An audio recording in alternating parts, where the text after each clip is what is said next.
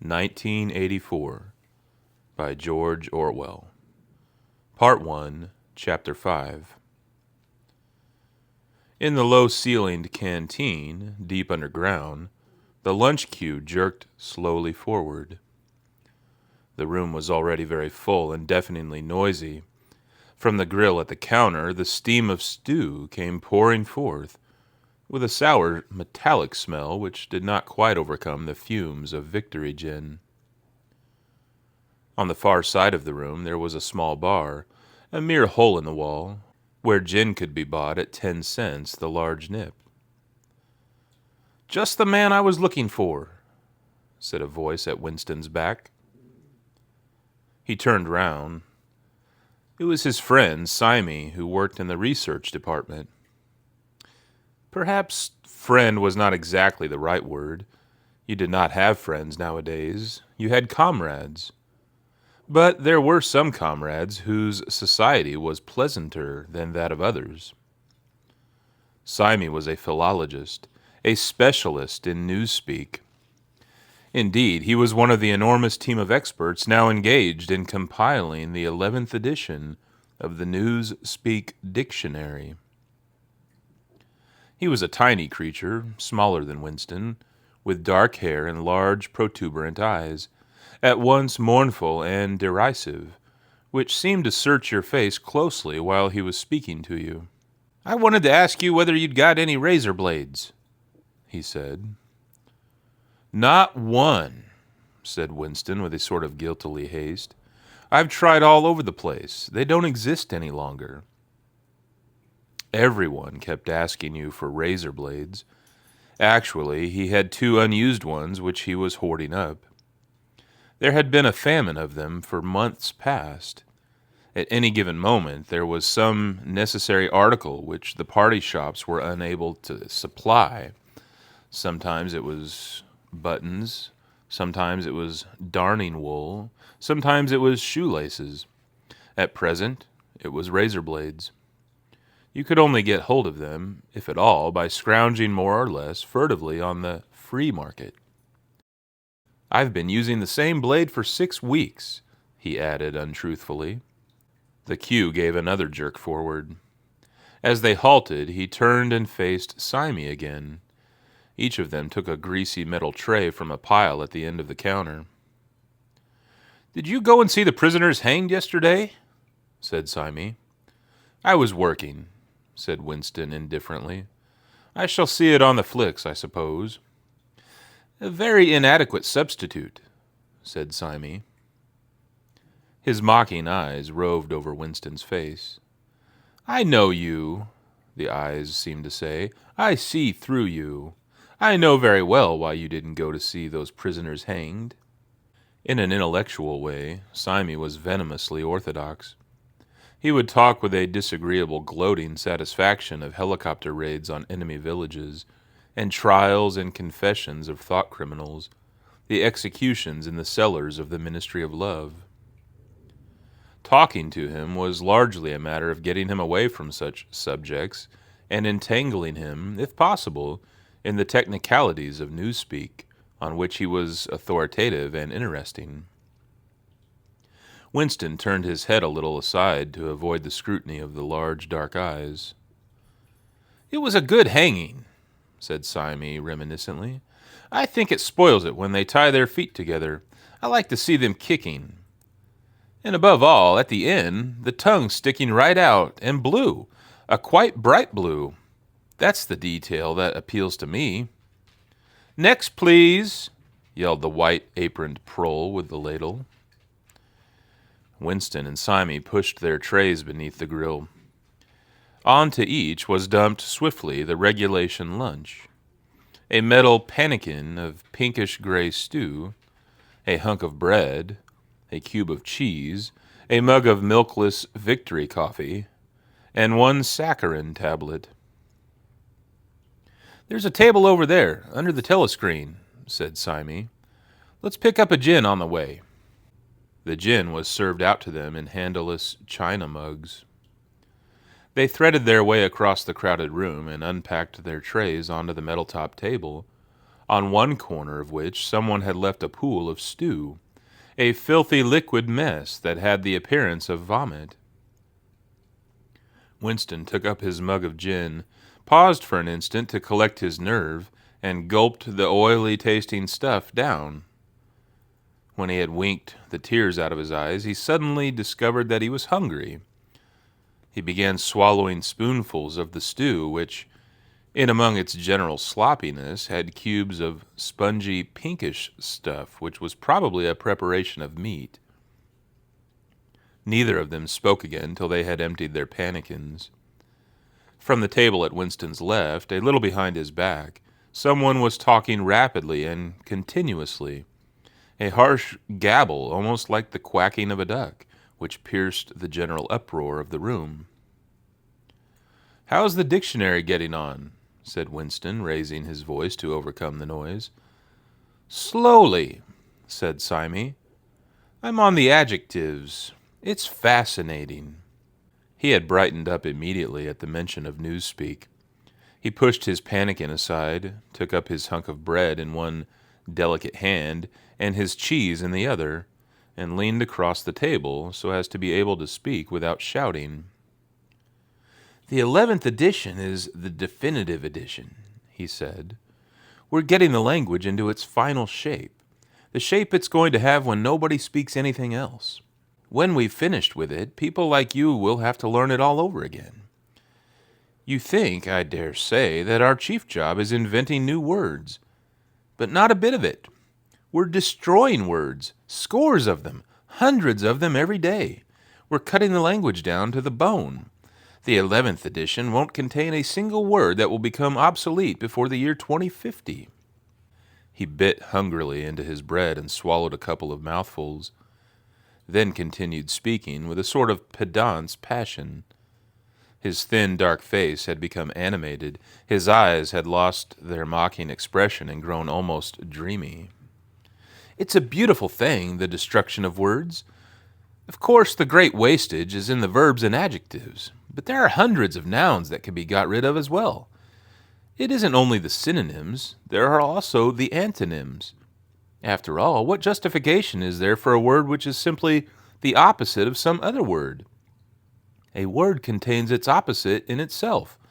Take good, for instance. If you have a word like good, what need is there for a word like bad? Ungood will do just as well, better because it's an exact opposite, which the other is not. Or again, if you want a stronger version of good, what sense is there in having a whole string of vague, useless words like excellent and splendid and all the rest of them? Plus good covers the meaning, or double plus good if you want something stronger still. Of course, we use those forms already, but in the final version of Newspeak, there'll be nothing else. In the end, the whole notion of goodness and badness will be covered by only 6 words. In reality, only 1 word. Don't you see the beauty of that, Winston? It was Beebe's idea originally, of course," he added as an afterthought. A sort of vapid eagerness flitted across Winston's face at the mention of Big Brother. Nevertheless, Syme immediately detected a certain lack of enthusiasm. "You haven't a real appreciation of Newspeak, Winston," he said almost sadly. "Even when you write it, you're still thinking in old speak. I've read some of those pieces that you write in the Times, occasionally. They're good enough, but they're translations. In your heart, you'd prefer to stick to old speak with all its vagueness and its useless shades of meaning. You don't grasp the beauty of the destruction of words. Do you know that Newspeak is the only language in the world whose vocabulary gets smaller every year?" Winston did know that, of course. He smiled sympathetically, he hoped, not trusting himself to speak. Syme bit off another fragment of the dark-colored bread, chewed it briefly, and went on. "Don't you see that the whole aim of Newspeak is to narrow the range of thought? In the end, we shall make Thoughtcrime literally impossible, because there will be no words in which to express it. Every concept that can ever be needed will be expressed by exactly 1 word, with its meaning rigidly defined and all its subsidiary meanings rubbed out and forgotten. Already, in the 11th edition, we're not far from that point. But the process will still be continuing long after you and I are dead. Every year, fewer and fewer words, and the range of consciousness always a little smaller. Even now, of course, there's no reason or excuse for committing thought crime. It's merely a question of self-discipline, reality control. But in the end, there won't be any need even for that. The revolution will be complete when the language is perfect. Newspeak is Ingsoc, and Ingsoc is Newspeak, he added with a sort of mystical satisfaction. Has it ever occurred to you, Winston, that by the year 2050, at the very latest, not a single human being will be alive who could understand such a conversation as we are having now? Except, began Winston doubtfully, and he stopped. It had been on the tip of his tongue to say, except the proles, but he checked himself, not feeling fully certain that this remark was not in some way unorthodox. Syme, however, had divined what he was about to say. The proles are not human beings, he said carelessly. By 2050, earlier probably, all real knowledge of Old Speak will have disappeared. The whole literature of the past will have been destroyed. Chaucer, Shakespeare, Milton, Byron, they'll exist only in Newspeak versions, not merely changed into something different, but actually changed into something contradictory of what they used to be. Even the literature of the party will change. Even the slogans will change. How could you have a slogan like, "Freedom is slavery," when the concept of freedom has been abolished? The whole climate of thought will be different. In fact, there will be no thought as we understand it now. Orthodoxy means not thinking, not needing to think. Orthodoxy is unconsciousness. One of these days, thought Winston with sudden deep conviction, Syme will be vaporized. He's too intelligent. He sees too clearly and speaks too plainly. The party does not like such people. One day, he will disappear. It is written in his face. Winston had finished his bread and cheese. He turned a little sideways in his chair to drink his mug of coffee. At the table on his left, the man with the strident voice was still talking remorselessly away. A young woman, who was perhaps his secretary and who was sitting with her back to Winston, was listening to him and seemed to be eagerly agreeing with everything that he said. From time to time, Winston caught some such remark as, "I think you're so right. I do so agree with you," uttered in a youthful and rather silly feminine voice. But the other voice never stopped for an instant, even when the girl was speaking. Winston knew the man by sight, though he knew no more about him than that he held some important post in the fiction department. He was a man of about 30, with a muscular throat and a large, mobile mouth. His head was thrown back a little, and because of the angle at which he was sitting, his spectacles caught the light and presented to Winston 2 blank discs instead of eyes. What was slightly horrible was that from the stream of sound that poured out of his mouth, it was almost impossible to distinguish a single word. Just once Winston caught a phrase, "complete and final elimination of Goldsteinism," jerked out very rapidly, and, as it seemed, all in one piece, like a line of typecast solid. For the rest, it was just a noise, a quack, quack, quacking. And yet, though you could not actually hear what the man was saying, you could not be in any doubt about its general nature. He might be denouncing Goldstein and demanding sterner measures against thought criminals and saboteurs.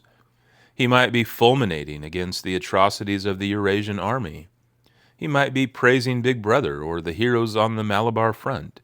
It made no difference.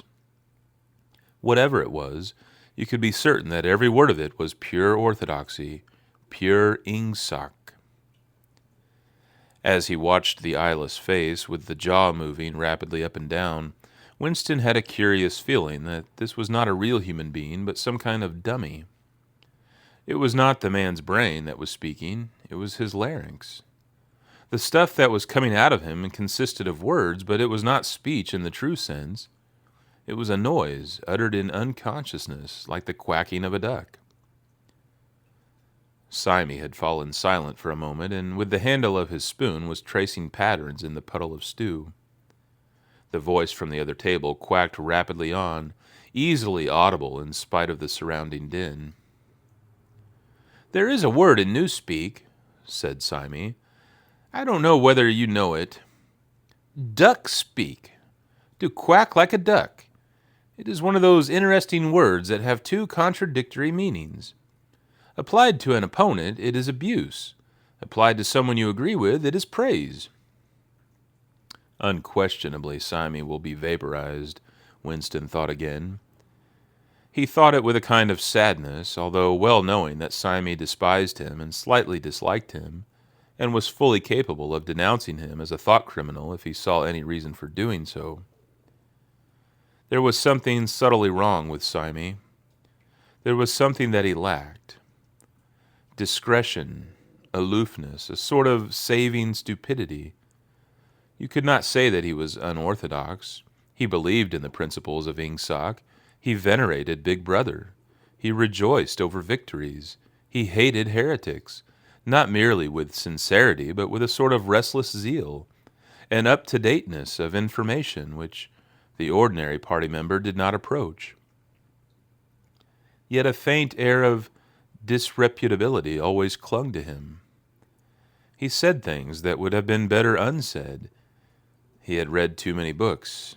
He frequented the Chestnut Tree Cafe, haunt of painters and musicians. There was no law, not even an unwritten law, against frequenting the Chestnut Tree Cafe, yet the place was somehow ill-omened. The old, discredited leaders of the party had been used to gather there before they were finally purged. Goldstein himself, it was said, had sometimes been seen there years and decades ago.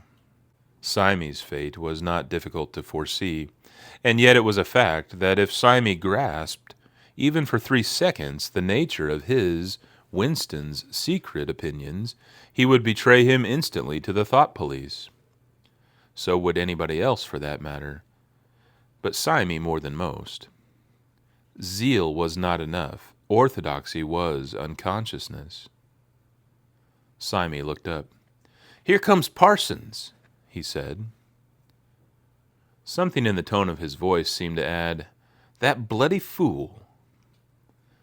Parsons, Winston's fellow tenant at Victory Mansions, was in fact threading his way across the room, a tubby, middle-sized man with fair hair and a frog-like face. At 35, he was already putting on rolls of fat at neck and waistline, but his movements were brisk and boyish. His whole appearance was that of a little boy grown large, so much so that although he was wearing the regulation overalls, it was almost impossible not to think of him as being dressed in the blue shorts, gray shirt, and red neckerchief of the spies.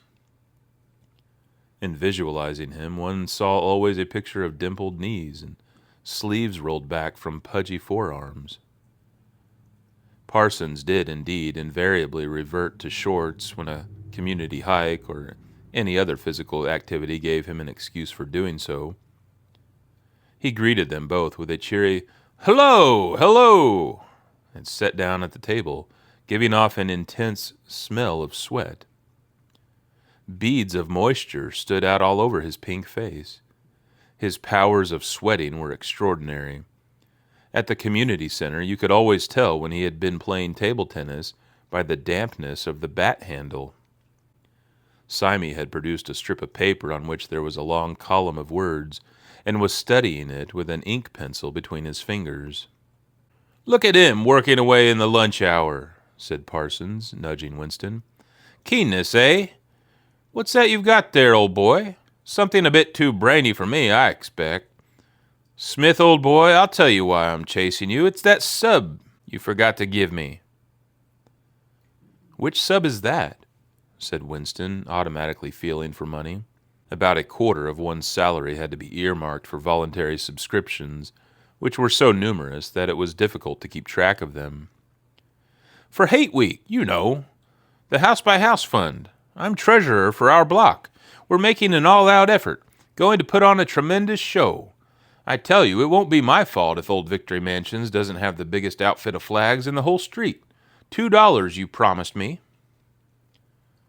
Winston found and handed over 2 creased and filthy notes, which Parsons entered in a small notebook in the neat handwriting of the illiterate. By the way, old boy, he said, I hear that little beggar of mine let fly at you with his catapult yesterday. I gave him a good dressing down for it. In fact, I told him I'd take the catapult away if he does it again. I think he was a little upset at not going to the execution, said Winston. Ah, well, what I mean to say shows the right spirit, doesn't it?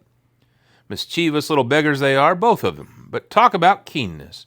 All they think about is the spies and the war, of course. Do you know what that little girl of mine did last Saturday when her troop was on a hike out Berkhamsted way? She got 2 other girls to go with her, slipped off from the hike, and spent the whole afternoon following a strange man. They kept on his tail for 2 hours, right through the woods, and then, when they got into Amersham, handed him over to the patrols. What did they do that for? Said Winston, somewhat taken aback. Parsons went on triumphantly. My kid made sure he was some kind of enemy agent. Might have been dropped by a parachute, for instance. But here's the point, old boy. What do you think put her onto him in the first place? She spotted he was wearing a funny kind of shoes. Said she'd never seen anyone wearing shoes like that before. So the chances were he was a foreigner. Pretty smart for a nipper of 7, eh? What happened to the man? Said Winston. Oh, that I couldn't say, of course, but I wouldn't be altogether surprised if... Parsons made the motion of aiming a rifle and clicked his tongue for the explosion. Good, said Syme abstractedly without looking up from his strip of paper. Of course, we can't afford to take chances, agreed Winston dutifully. What I mean to say, there's a war on, said Parsons.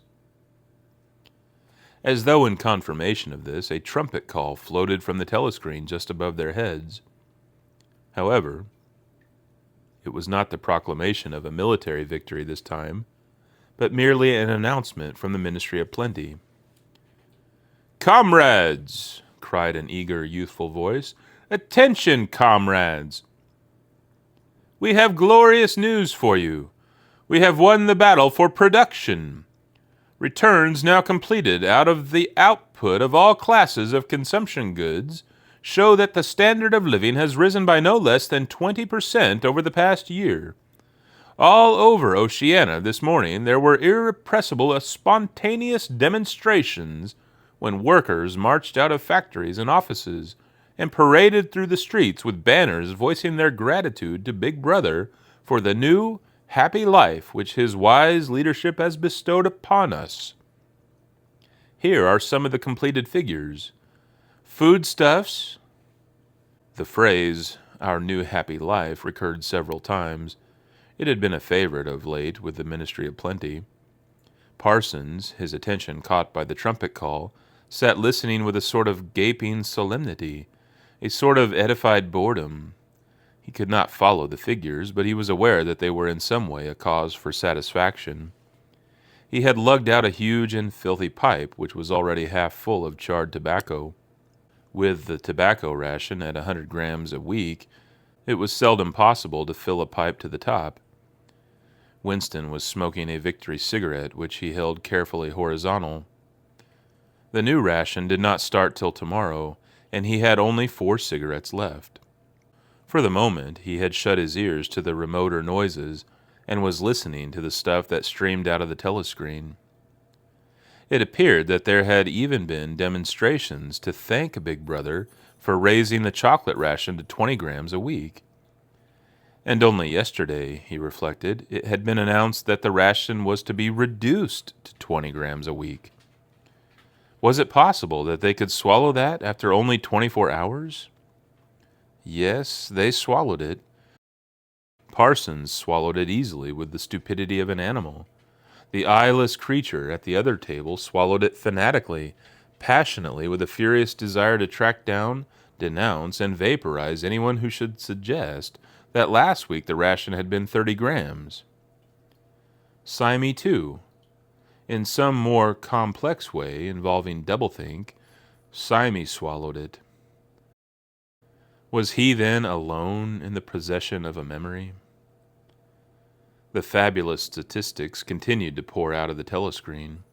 As compared with last year, there was more food, more clothes, more houses, more furniture, more cooking pots, more fuel, more ships, more helicopters, more books, more babies, more of everything except disease, crime, and insanity. Year by year and minute by minute, everybody and everything was whizzing rapidly upwards. As Syme had done earlier, Winston had taken up his spoon and was dabbling in the pale-colored gravy that dribbled across the table, drawing a long streak of it out into a pattern. He meditated resentfully on the physical texture of life. Had it always been like this? Had food always tasted like this? He looked around the canteen. A low-ceilinged, crowded room, its walls grimy from the contact of innumerable bodies. Battered metal tables and chairs, placed so close together that you sat with elbows touching. Bent spoons, dented trays, coarse white mugs. All surfaces greasy, grime in every crack, and a sourish composite smell of bad gin and bad coffee and metallic stew and dirty clothes. Always in your stomach and in your skin there was a sort of protest, a feeling that you had been cheated of something that you had a right to. It was true that he had no memories of anything greatly different. In any time that he could accurately remember, there had never been quite enough to eat. One had never had socks or underclothes that were not full of holes. Furniture had always been battered and rickety, rooms underheated, tube trains crowded, houses falling to pieces, bread dark-colored, tea a rarity, coffee filthy tasting, cigarettes insufficient. Nothing cheap and plentiful except synthetic gin. And though, of course, it grew worse as one's body aged, was it not a sign that this was not the natural order of things? If one's heart sickened at the discomfort and dirt and scarcity, the interminable winters, the stickiness of one's socks, the lifts that never worked, the cold water, the gritty soap, the cigarettes that came to pieces, the food with its strange evil tastes? Why should one feel it to be intolerable unless one had some kind of ancestral memory that things had once been different? He looked round the canteen again. Nearly everyone was ugly, and would still have been ugly even if dressed otherwise than in the uniform blue overalls. On the far side of the room, sitting at a table alone, a small, curiously beetle-like man was drinking a cup of coffee, his little eyes darting suspicious glances from side to side. How easy it was, thought Winston, if you did not look about you, to believe that the physical type set up by the party as an ideal, tall, muscular youths and deep-bosomed maidens, blonde-haired, vital, sunburnt, carefree, existed and even predominated. Actually, so far as he could judge, the majority of people in Airstrip 1 were small, dark, and ill-favored. It was curious how that beetle-like type proliferated in the ministries, little dumpy men, growing stout very early in life, with short legs, swift, scuttling movements, and fat, inscrutable faces with very small eyes. It was the type that seemed to flourish best under the dominion of the party. The announcement from the Ministry of Plenty ended on another trumpet call and gave way to tinny music. Parsons, stirred to vague enthusiasm by the bombardment of figures, took his pipe out of his mouth. "The Ministry of Plenty's certainly done a good job this year," he said with a knowing shake of his head. "By the way, Smith, old boy, I suppose you haven't got any razor blades you can let me have?" "Not one," said Winston. "I've been using the same blade for 6 weeks myself." "Ah, well, just thought I'd ask you, old boy." "Sorry," said Winston. The quacking voice from the next table, temporarily silenced during the ministry's announcement, had started up again, as loud as ever. For some reason, Winston suddenly found himself thinking of Mrs. Parsons, with her wispy hair and the dust in the creases of her face. Within 2 years, those children would be denouncing her to the thought police. Mrs. Parsons would be vaporized. Syme would be vaporized. Winston would be vaporized. O'Brien would be vaporized. Parsons, on the other hand, would never be vaporized. The eyeless creature with the quacking voice would never be vaporized. The little beetle-like men who scuttle so nimbly through the labyrinthine corridors of ministries, they, too, would never be vaporized.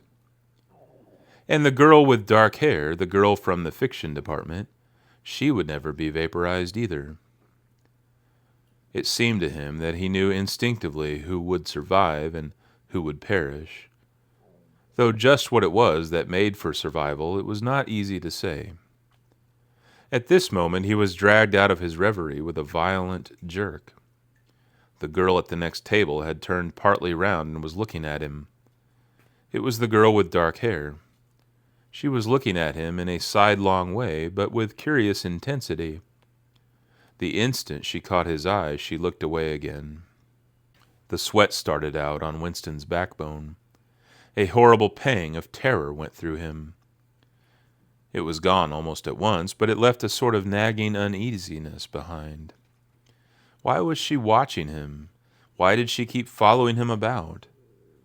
Unfortunately, he could not remember whether she had already been at the table when he arrived or had come there afterwards.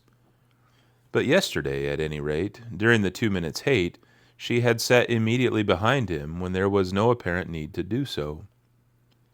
Quite likely her real object had been to listen to him and make sure whether he was shouting loudly enough.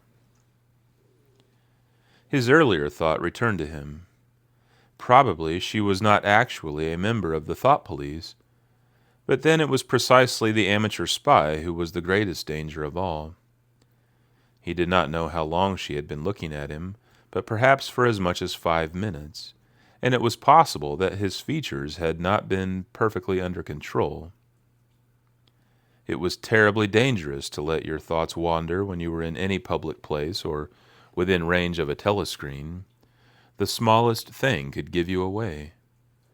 A nervous tic, an unconscious look of anxiety, a habit of muttering to yourself, anything that carried with it the suggestion of abnormality, of having something to hide.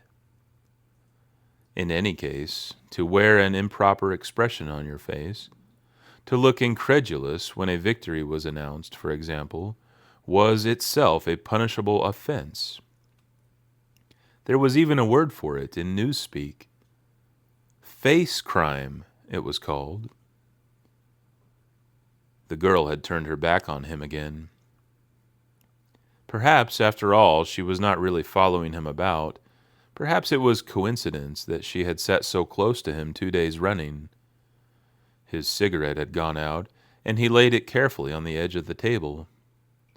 He would finish smoking it after work, if he could keep the tobacco in it. Quite likely the person at the next table was a spy of the thought police, and quite likely he would be in the cellars of the Ministry of Love within 3 days. But a cigarette end must not be wasted. Syme had folded up his strip of paper and stowed it away in his pocket. Parsons had begun talking again. "Did I ever tell you, old boy," he said, chuckling round the stem of his pipe, "about the time when those 2 nippers of mine set fire to the old market woman's skirt because they saw her wrapping up sausages in a poster of BB?